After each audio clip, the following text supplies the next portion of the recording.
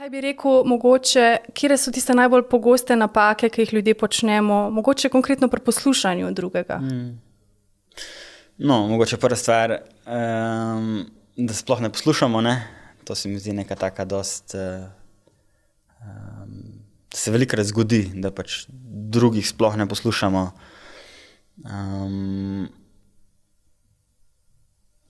Zakaj nimamo te sposobnosti, te kapacitete? Se mi zdi, da je velikokrat zaradi tega, ker si želimo mi sami biti slišani svojo zgodbo s tem, da imamo mi prav, da smo mi dobri, da smo vredni.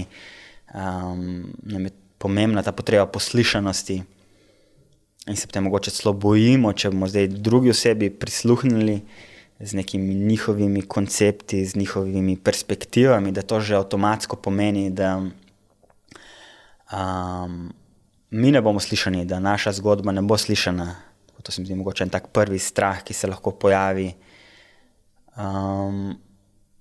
Kot druga zadeva so pa te standardni vzorci komunikacije, ki jih poznamo, ko ne poslušamo, ampak začenjamo takoj podajati neke lastne zgodbe, svoje zgodbe, se pravi pozornost ne ohranjamo na drugi osebi, ampak jo začenjamo prenašati na sebe.